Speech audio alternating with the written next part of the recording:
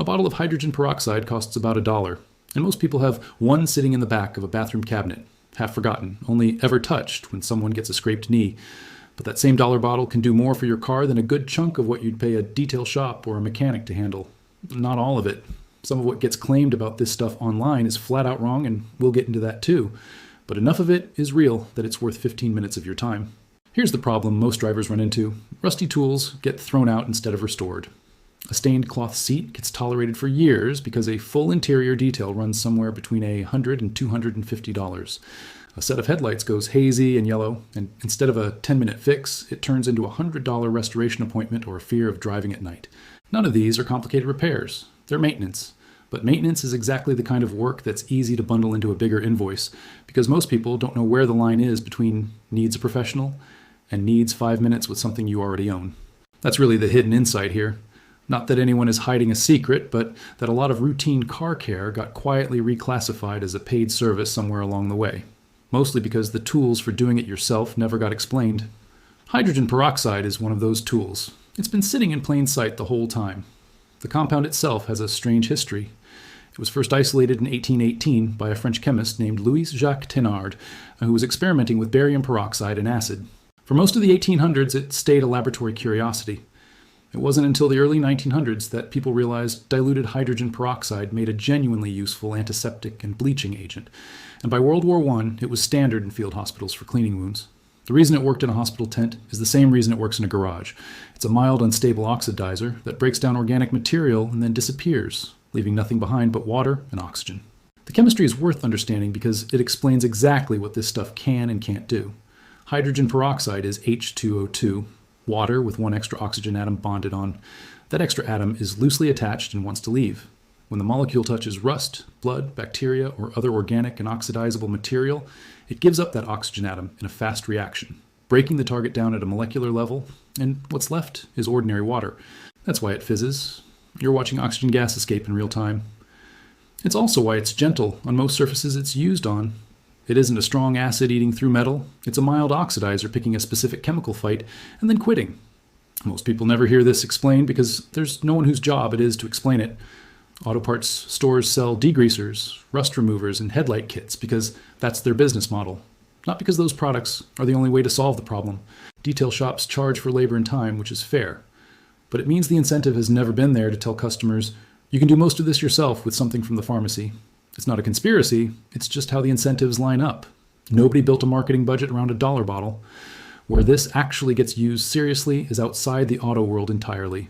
Hospitals have relied on diluted hydrogen peroxide for wound and equipment cleaning for over a century. Some professional detailers do quietly use peroxide-based solutions on fabric stains because it's cheap, effective, and doesn't leave the residue that a lot of commercial upholstery cleaners do. So here's where it actually earns its place in your garage. The uses that hold up.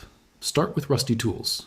Submerge a rusted screwdriver, wrench, or a set of garden shears fully in a jar of 3% hydrogen peroxide and let it sit for 1 to 2 hours.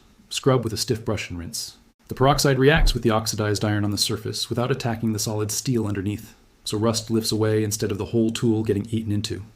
Next, headlights. A lot of headlight haze is oxidized, UV-damaged plastic coating. Mix 3% peroxide with baking soda into a paste, apply it to a cloth, and rub the lens in small circles for 2 to 3 minutes before rinsing and drying.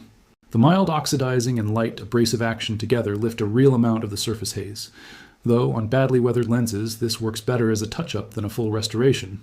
For serious yellowing, a proper polishing compound will finish the job peroxide starts.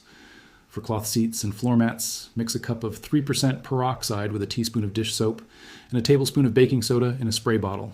Mist it onto the fabric. Let it sit 15 minutes, then scrub gently and blot dry.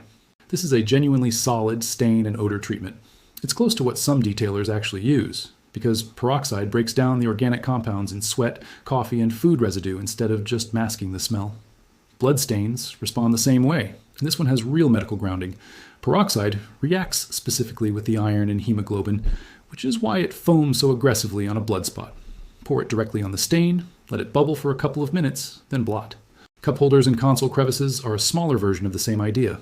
A peroxide-dipped cotton swab breaks down sticky residue and cuts down on the bacteria that build up in a space you touch every day. Now, the corrections. A few claims about this stuff get repeated online that don't actually hold up. Hydrogen peroxide is not a real fix for corroded battery terminals. That job belongs to baking soda and water, which neutralizes the acidic buildup directly. Peroxide isn't suited to it and shouldn't go anywhere near battery terminals. It's also not a windshield dicer. The concentration in a drugstore bottle doesn't meaningfully lower the freezing point of water, so don't rely on it in a winter emergency. It isn't an engine degreaser either. Grease and oil need a surfactant to break down, not an oxidizer, so peroxide will underperform badly in the engine bay. And it won't lift mineral-based hard water spots off chrome or glass. Those need a mild acid like vinegar, not an oxidizer. Last, it will not restore faded black plastic trim to its original color. Peroxide is a bleaching agent.